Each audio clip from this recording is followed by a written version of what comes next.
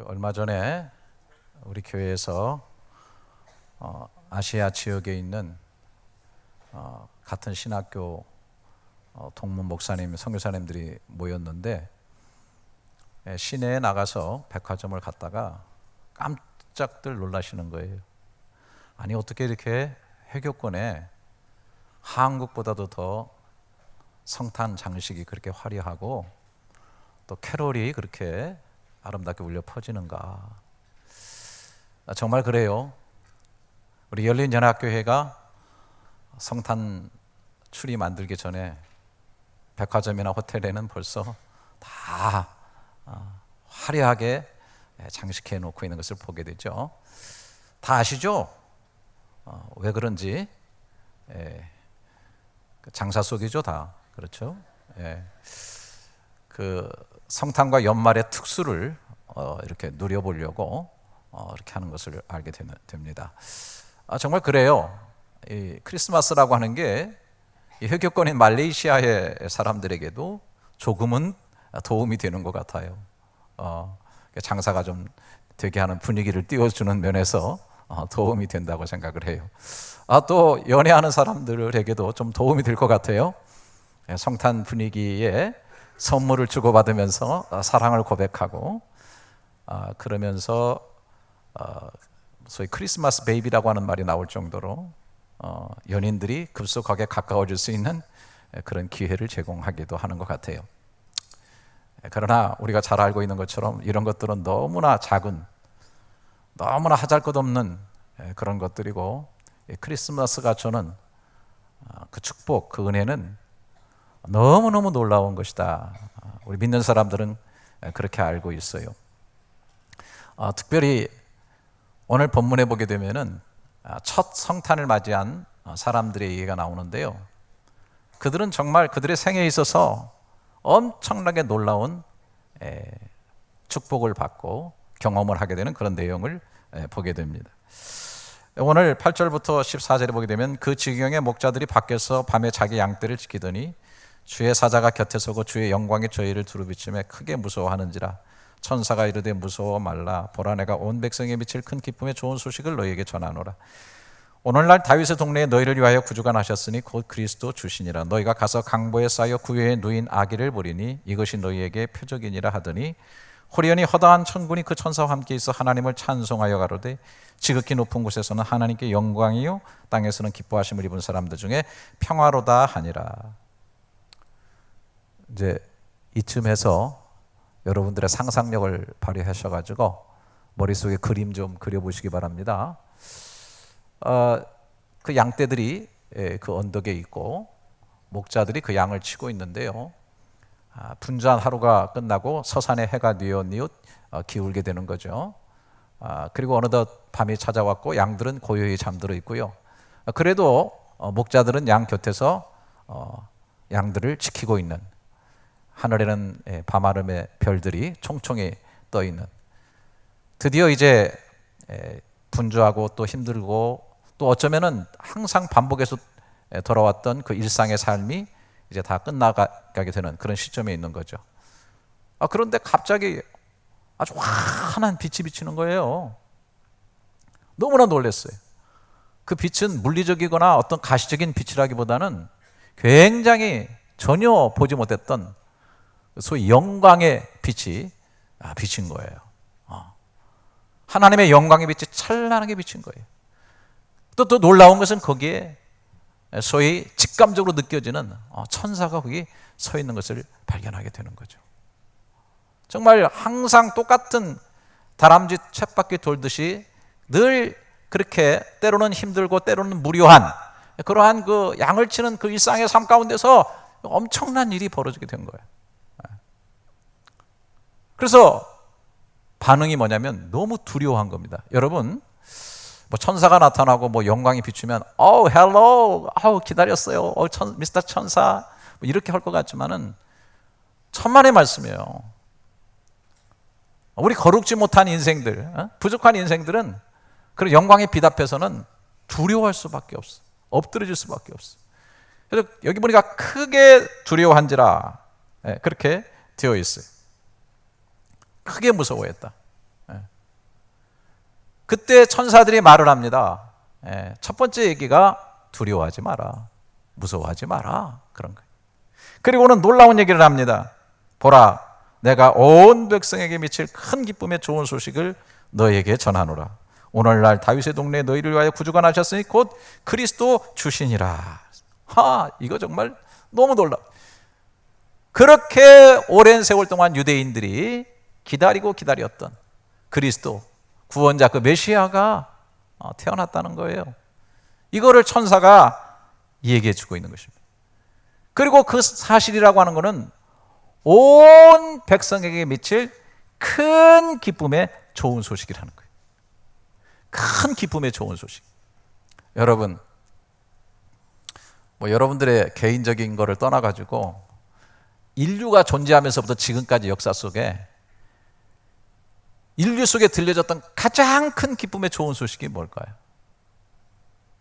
한번 생각해 보면 홍역을 치료할 수 있는 백신이 만들어졌다, 페니실린이 발명됐다, 이런 소식. 아이들을 군대 보낸 그 부모들에게 1차 대전이 끝났다, 독일이 드디어 항복했다, 놀라운 소식이 될 수 있겠죠. 대한민국 백성들에게 원자탄이 히로시마에 투하가 되었고 일본인이 항복했다, 우리에게 자유가 왔다. 이게 엄청나게 놀라운 소식이 되겠죠. 또 이 시대를 살아가는 우리들에게는 남북이 통일되었다, 북한의 문이 열렸다, 놀라운 소식이 될 수 있겠죠. 또 여러 가지 과학에 관심 있는 사람들은 드디어 이제 AI 인공지능으로 가는, 운전할 필요가 없는 인공지능 차가 드디어 상용화 되어가지고 쓰게 되었다, 이런 거. 별로 반응들이 없으시네. 별로 놀라는 큰 소식. 한 번 더. AI 인공지능을 가진 모든 인간이 요구하는 것을 다 들어줄 수 있는 인공지능 로봇가 가정마다 하나씩 생기게 되었다.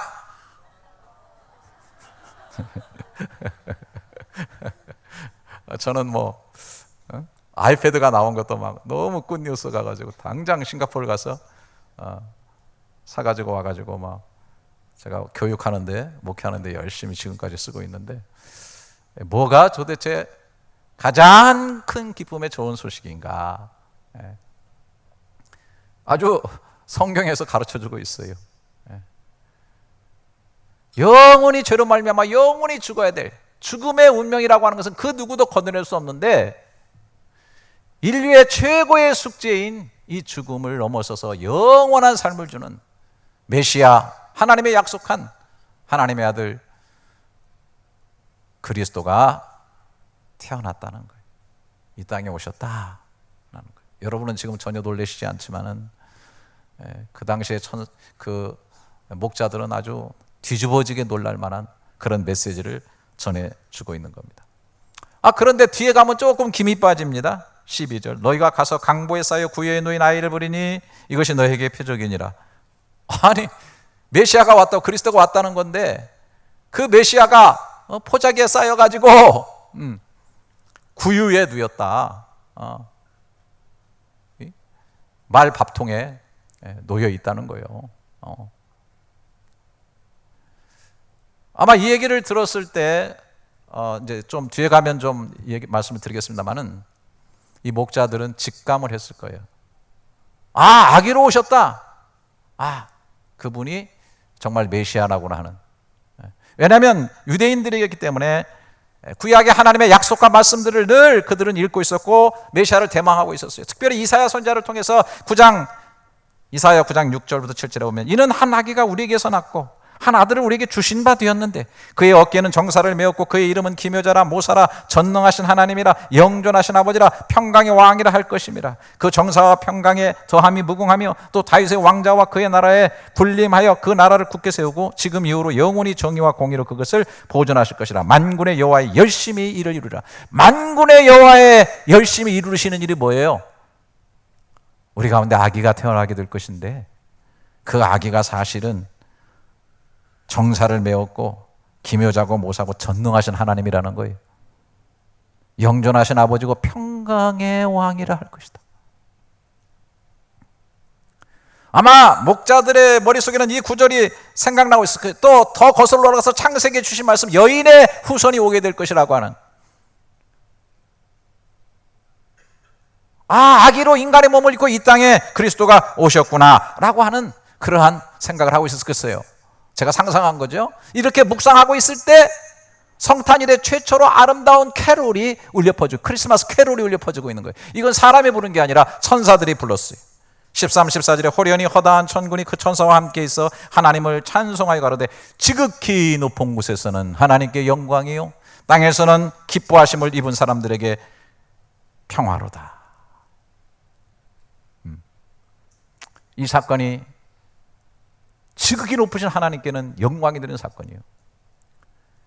기뻐하심을 입은 모든 사람들 속에 진정한 평화가 이루어지게 된다라고 하는 것. 얼마나 황홀했어요. 성탄일에 정말 이렇게 여호와의 영광의 빛이 막 이런 빛이 아니고 가득하고 막 천사들의 캐롤이 막 울려 퍼지고 막 주가 나셨다 막 메시지가 선포된다면 얼마나 반응들이 별로 좀 뜨뜻하네.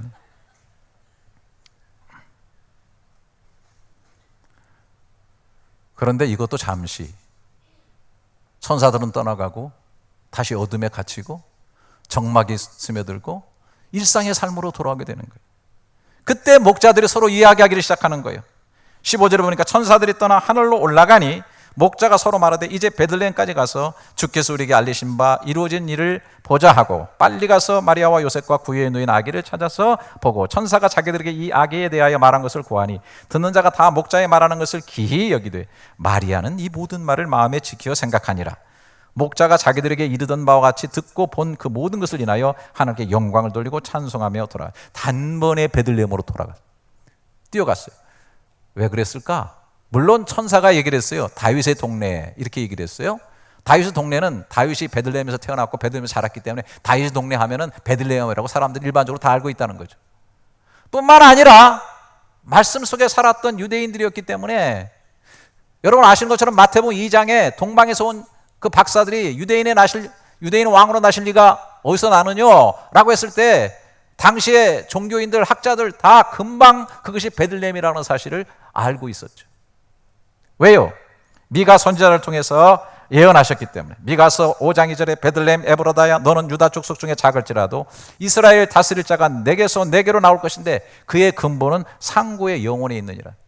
이 보통 분이 아니에요. 그냥 지도자가 왕이 나온다 이게 아니고 태초의 사람, 그 근본이 영혼에 있는 사람, 뭐죠? 하나님으로 이 땅에 오시는 바로 그분을 얘기하고 있는 거거든요.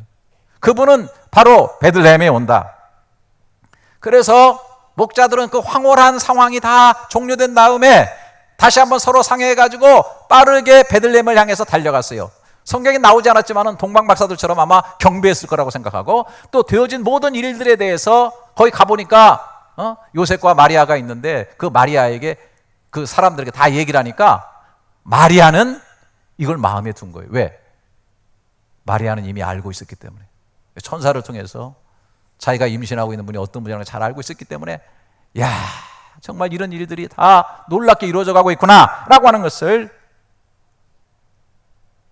확인하게 되는 거죠. 그 당시에 수많은 사람들이 있었을 거예요. 세상을 지배하고 있는 로마인들이 있었고 로마의 군인들이 있었고 로마의 화려한 귀족들이 있었어요. 이스라엘만 가도 이스라엘 다스리는 헤롯 왕이 있었고 이스라엘을 정신적으로 이끌어가는 수많은 종교 지도자들이 있었고 성경학자들이 다 있었지만은 그러나 정말 찾아가서 경배하고 하나님이 보내신 그리스도 메시아임을 확인하면서 마음속에 영접하고 돌아온 사람들은 바로 이 목자들이었다는 사실이에요.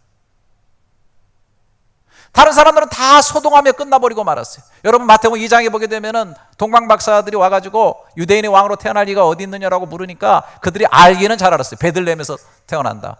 그리고 성에 소동이 일어났다고 그렇게 돼 있어요. 너무 놀래가지고 난리가 났죠. 뒤집어졌죠. 하지만 소동은 소동에서 끝나버리고 말았어. 오늘날 항상 뭐 크리스마스 시즌 어떤 사건이 되면은 막 사람들이 조금 마음이 움직이고 좀 분유하고 뭐 좀 캐롤도 좀 듣고 막 마음이 좀 들뜨다가 자 가라앉는 것처럼. 게다가 헤롯 왕은 한술 더 떠가지고 내가 지금 유대를 다스리고 있는 왕인데 유대인이 왕이나? 정말 위로 올라갈수록 어떻게 보면 사람들이 되게 단순하고 단순 무식해요. 어떻게 보면 니고데모도 엄청 무식했죠. 거듭나야 됐더니 내가 이 나이에 엄마 뱃속에 들어갔다 나오리? 이렇게 내가 왕인데 또 누가 왕이란 말이냐? 그래가지고 2살 이하 애들을 다 죽이라고 그랬어. 피비린내가 일어났어. 세상은 항상 똑같아요. 지금도 마찬가지입니다. 내 마음속에 내가 왕이 되어 있는 사람, 내가 주인이 되어 있는 사람은 크리스마스의 은혜와 축복이 임하지 못해요. 단순히 하나의 떠도는 그런 하나의 절기, 하나의 파동, 하나의 소동으로 거쳐질 뿐이지 절대로 거기에 생명의 역사나 축복의 역사가 일어나지는 않습니다. 이 복음은 분명히 이렇게 얘기했습니다. 온 백성에게 미칠 큰 기쁨의 좋은 소식이라겠어요. 온 백성에게 미쳐야 될 소식입니다. 다시 말해서 이 복음은 유대인을 넘어서 이방인들에도 가고 오늘 저와 여러분 같은 백성에게도 미쳐지는 구원의 메시지인 것이에요. 그런데 아직도 유대인들은 자기들 가운데 담쌓고 있습니다. 자기들을 위한 유대인의 왕, 자기들을 위한 왕, 자기들을 위한 메시아, 자기들이 생각하는 그 메시아에 담을 쌓고 지금도 메시아가 오기를 기다리고 있어요. 그들은요.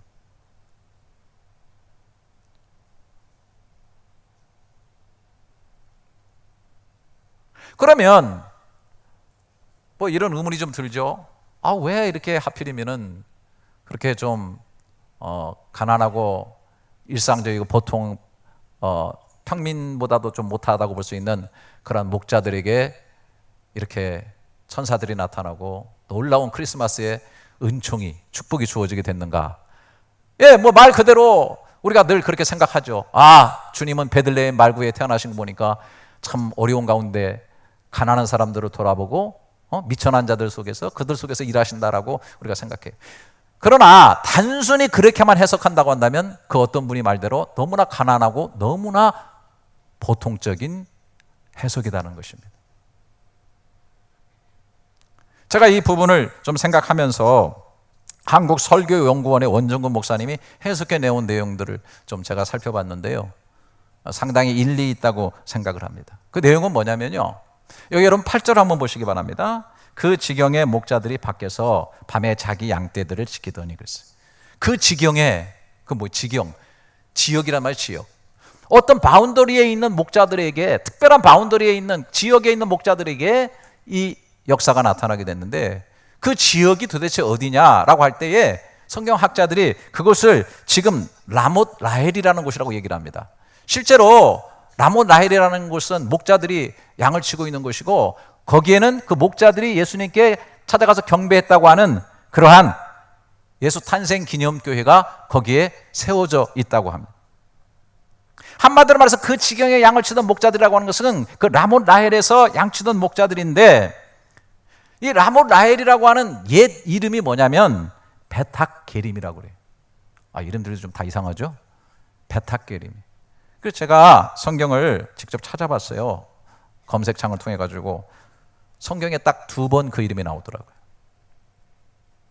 그러니까 베탁게림에 있는 그 양치는 그 사람들이, 목자들이 바로 오늘 이 본문의 주인공들인데 그 베탁게림이라고 하는 것이 도대체 어디냐, 뭐 하는 곳이냐. 자, 느헤미야서 3장 14절에 가게 되면은 이렇게 돼 있어요. 분문은 베탁게렘 지방을 다스리는 네갑의 아들 말기야가 중수하여 문을 세우며 문짝을 달고 자물쇠와 빗장을 갖추었다. 자, 느헤미야가 그 무너진 이스라엘을 재건하면서 예루살렘 성벽을 쌓는데요. 다 파트를 나눠서 쌓게 했어요.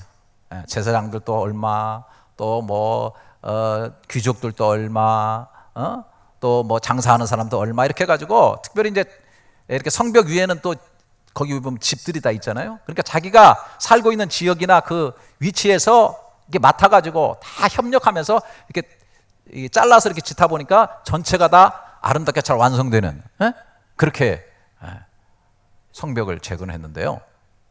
특별히 분문은 베타게렘 지방을 다스리는 네갑의 아들 말게가 중수했다 이렇게 되어 있는데 분문이 뭐냐면 우리말로 쉽게 얘기하면 똥문입니다.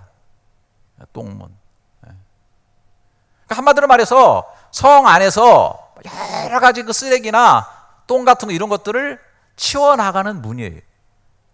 그 문 쪽에 있는 부분의 성벽을 이 베타게렘의 네갑 자손들이 세웠다라는 것입니다. 이제 그런 면에서 볼 때 뭐 화려한 족속도 아니고 굉장히 어떤 면에서 보면은 굉장히 천민적인 그런 족속들이죠. 자, 여기 이제 레갑의 후손, 레갑이라고 하는 사람이 나오고 레갑의 족속이 나오고 있어요. 그러니까 이제 다시 이제 정리합니다. 이 베데게렘이라고 하는 곳에 그곳의 사람들은 이 레갑이라고 하는 그 사람의 후손, 그 족속들이 차지하고 있는 곳이에요. 이제 이렇게 정리가 됐죠? 오늘 잘 따라오셔야 됩니다. 지금 벌써 사경을 헤매시는 분들이 몇 분 계시네요. 이게 뭐예요 지금 이 시츄에이션이? 그러나 좀 공부 좀 하도록 하겠어요. 자, 그 레갑에 대해서 그 예레미야서 35장에 보면 나옵니다. 1절부터 좀 기니까 제가 좀 보겠습니다. 유다 왕 요시아의 아들 여호야김 때에 여호와께로서 말씀이 예레미야에게 임하여 가라사대 너는 레갑 족속에게 가서 그들에게 말하고 그들을 여호와의 집 한 방으로 데려다가 포도주를 마시우라. 이에 내가 하바시냐의 손자요 에레미야의 아들인 야하샤냐와 그 형제와 그 모든 아들과 레갑 온 족속을 데리고 여호와의 집에 이르러 익다라의 아들 하나님의 사람 하난의 아들들의 방에 들였는데 그 방은 방백들의 방 곁이요 문을 지키는 살룸의 아들 마세야의 방 위더라. 뒤지게 복잡한데 그냥 굉장히 역사적인 사실이구나. 사람들이 정확하게 나오고 정확하게 위치가 나오는 역사적인 사실을 지금 기록했구나 이렇게 보시면 되겠습니다. 5절에 내가 레갑 족속 사람들 앞에서 포도주가 가득한 사발과 잔을 놓고 마시라 권하매 6절 그들이 가로되 우리는 포도주를 마시지 아니하겠노라. 레갑의 아들 우리 선조 요나답이 우리에게 명하여 이르기를 너희와 너희 자손은 영영의 포도주를 마시지 말며. 저 이거 읽으니까 군대 생각이 나요. 하여튼 가면 항상 술을 주죠. 저 이 상 위에 있는 사람들이. 그래가지고 나는 기독교이니까 안 먹겠어요. 그래가지고 허벌나게 맞았던 그 가슴 아픈 추억이 아마 그런 분들 여기 또 많이 계실 거예요.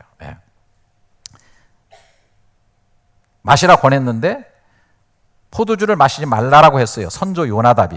그 선조 요나답은 약 한 300년 전 분이에요. 그 레갑 족속에. 그 다음에 7절 집도 짓지 말며 파종도 하지 말며 포도원도 재배치 말며 두지도 말고 너희 평생의 장막에 거처하라. 그리하면 너희의 우구하는 땅에서 너희 생명이 길리라 하였으므로 우리가 레갑의 아들 우리 선조 요나답의 우리에게 명한 모든 말을 순종하여 우리와 우리 아내와 자녀가 평생의 포도주를 마시지 아니하며 거처할 집도 짓지 아니하며 포도원이나 밭이나 종자도 두지 아니하고 장막에 거처하여 우리 선조 요나답의 우리에게 명한 대로 다 준행하였노라. 이렇게 돼 있어요. 자, 한마디로 말하면 그 레갑의 후손 속에 이 요나답이라고 하는 사람이 있는데 포도주를 먹지 말아라. 그 다음에 농사 지어서 포도원을 재배하지 말아라. 세 번째는 집을 짓지 말고 장막에 거하는 삶을 살아라 라고 했다는 거예요. 그래서 그 명령을 따르고 지금도 술을 따르는데 그 술을 받지 않는 거예요. 자, 이런 내용에 대해서 제가 좀 찾아봤어요. 라이프 성경 사전을 레갑 족속에 대해서 좀 찾아를 봤습니다. 그랬더니 이렇게 설명이 되어 있습니다. 광야 부족인 겐 족속의 일파. 지금도 스마트폰을 통해서 아마 인터넷에 찾고 계신 분이 있을 텐데 그대로 제가 읽는 거예요. 광야 부족인 겐 족속의 일파. 모세의 장인이 겐 부족이라는 인연 때문에 이들은 출애굽한 이스라엘 백성이 광야 생활할 때 이스라엘에 합류하여 가나안으로 들어간 것으로 보인다. 그러니까 이 사람들이 쭉 거슬러 올라가니까 겐 족속이라는, 겐 족속이 뭐냐면 모세의 그 장인이죠. 모세가 광야로 나가서 쫓겨나가서 생활할 때 거기서 결혼했잖아요. 그 장인이 겐 족속, 이게 이방 족속이죠. 근데 이 사람들이 원래 광야에서 생활하던 사람들이에요. 그래서 이스라엘 백성이 앞으로 나가가지고 출애굽을 해도 광야를 지나가야 되기 때문에 이 사람들을 잘 이렇게 회유해가지고 이스라엘에 같이 거하게 한 거예요. 그래서 광야를 안내할 수 있도록 그런 역할을 했는데 그들이 아예 이스라엘에 들어와가지고 같은 한 종족이 된 것입니다. 자, 하지만 이들은 가나안에 가서도 이스라엘 백성과는 달리 성읍에 정착하여 농사를 짓지 않고 여전히 광야에 머물렀는데 이는 정착 생활이 가져주는 안일함과 우상 숭배의 위협을 물리치고 광야 생활을 통해 항상 하나님과 끊임없이 교제함으로써 신앙의 긴장을 늦추지 않기 위함이었다.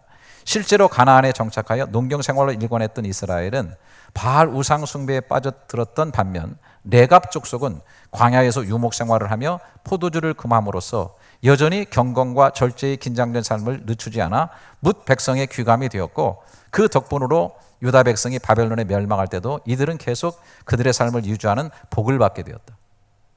그러니까 한마디로 말하면 경건 생활을 유지했다는 거예요. 그게 혼합되지 않았다. 그리고 그들이 원래 했던 그 장막 생활, 양치는 생활, 가서 집 짓고 안락한 생활에 빠져드는 것이 아니라 유목민의 생활을 하면서 하나님과 더불어 동행하는 그런 경건한 삶을 살았다라고 하는 것입니다. 이제 그러다 보니까 이 바벨론이 이제 들어왔을 때 있잖아요. 다 뭐 포로로 잡아가고 좋은 것들은 다 가지고 갔는데 이들이 양치는 장막 속에서 사는 천민들이라고 생각이 됐기 때문에 그들은 포로로 끌고 가지 않았다는 거예요.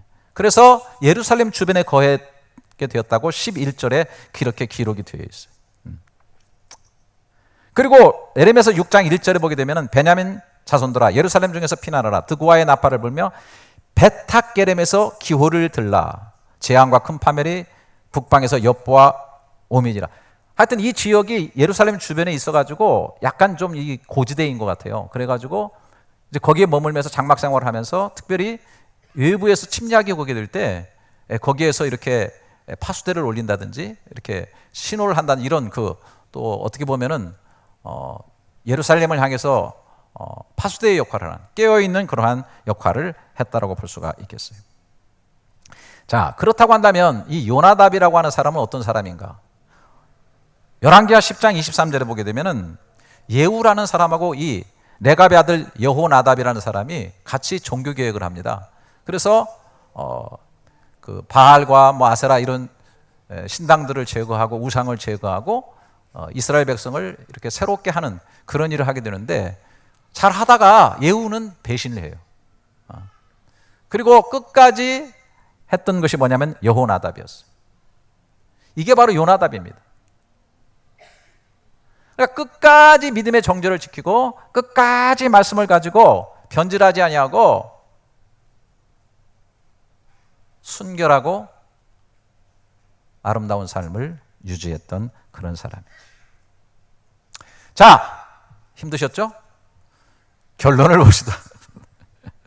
예레미야서 35장 18절 19절 에레미야가 레갑 족속에게 이르되 만군의 여호와 이스라엘의 하나님이 이같이 말씀하시기를 하나님의 에레미야에게 통해서 이렇게 말씀해 주시는 거예요. 너희가 너희 선조 요나답의 명령을 준종하여 그 모든 훈계를 지키며 그가 너에게 명한 것을 행하였도다. 그러므로 나 만군의 여호와 이스라엘 하나님이 이같이 말하노라.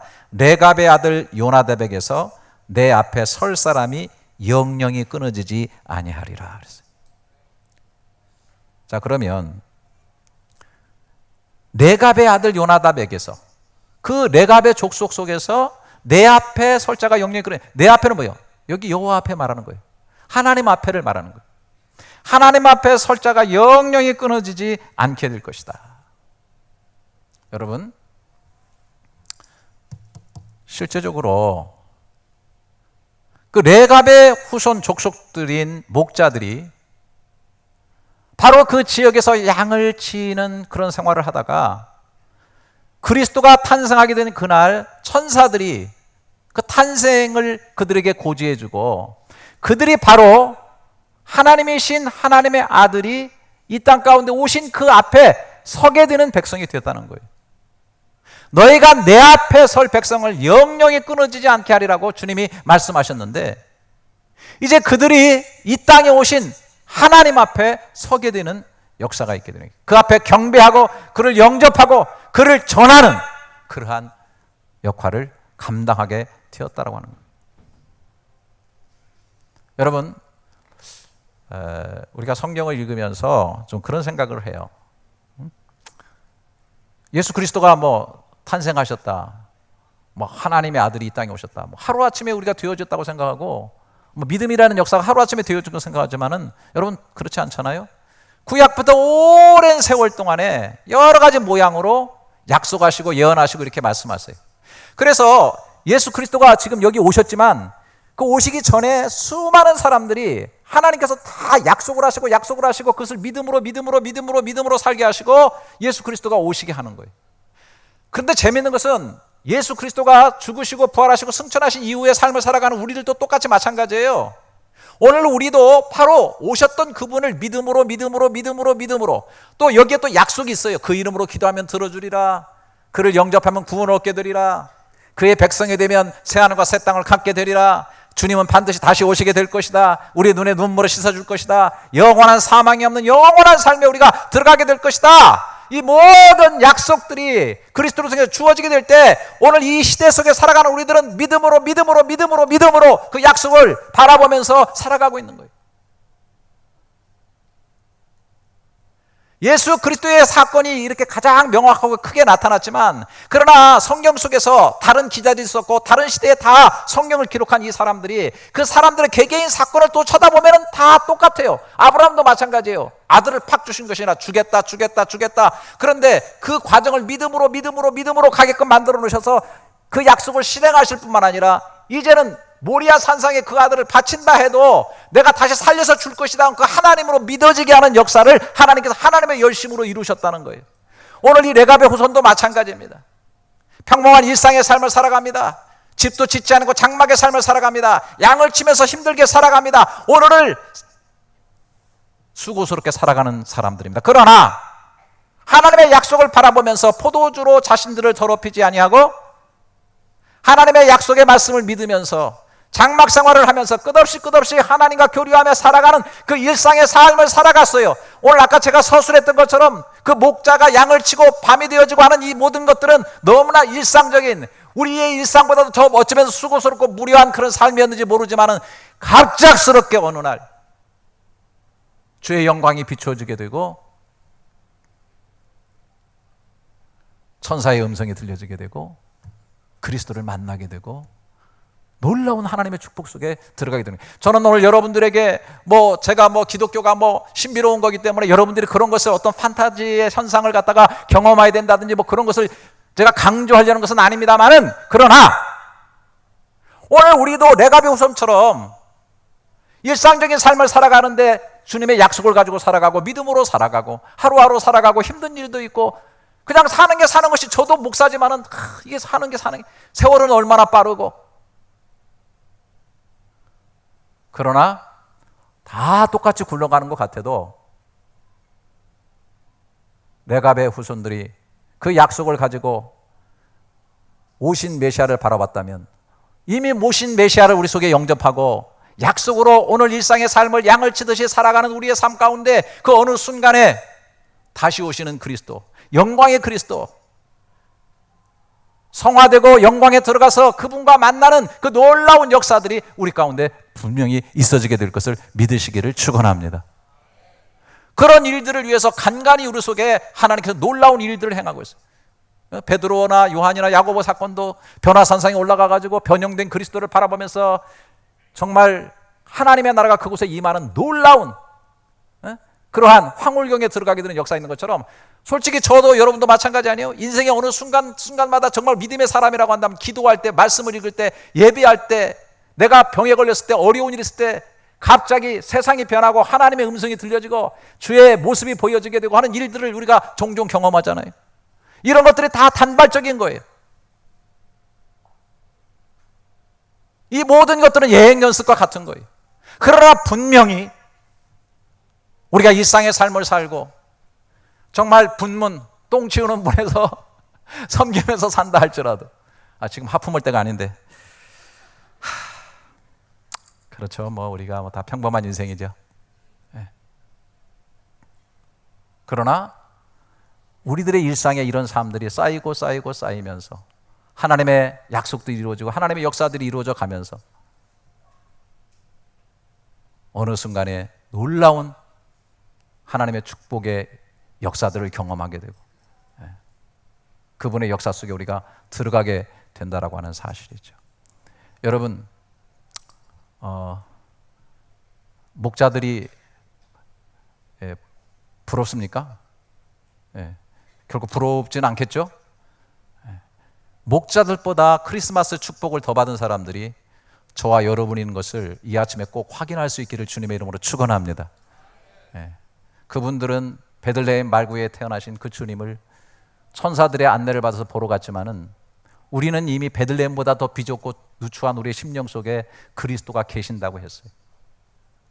메시아가 이미 우리 속에 계시고 메시아의 약속을 가지고 우리는 이 땅에서 일상의 삶을 살아내고 있는 거예요. 그리고 그가 약속하신 그 나라를 향해서 우리는 가고 있는 그런 존재들이고, 목자들이 천사들이 불렀던 캐롤을 여기 성경에 보니까 집으로 돌아가면서 그들이 불렀어요. 우리는 이 찬송을 이미 받았고 이 찬송을 부르면서 살아가는 사람들. 세상 사람들은 그냥 상권을 위해서 캐롤을 틀어놓지만은 왕이 나셨도다, 왕이 나셨도다. 우리의 왕이 나신 거예요. 할렐루야. 구주 나셨도다. 그 의미를 진짜 알고 부르는 거예요. 난 이 흑역권에 이게 울려 퍼진다는 게 얼마나 할렐루야. 지들은 모르고 틀어놓고 막 불러요. 그렇지만은 구주 나셨도다, 구주 나셨도다 부르고 있잖아요.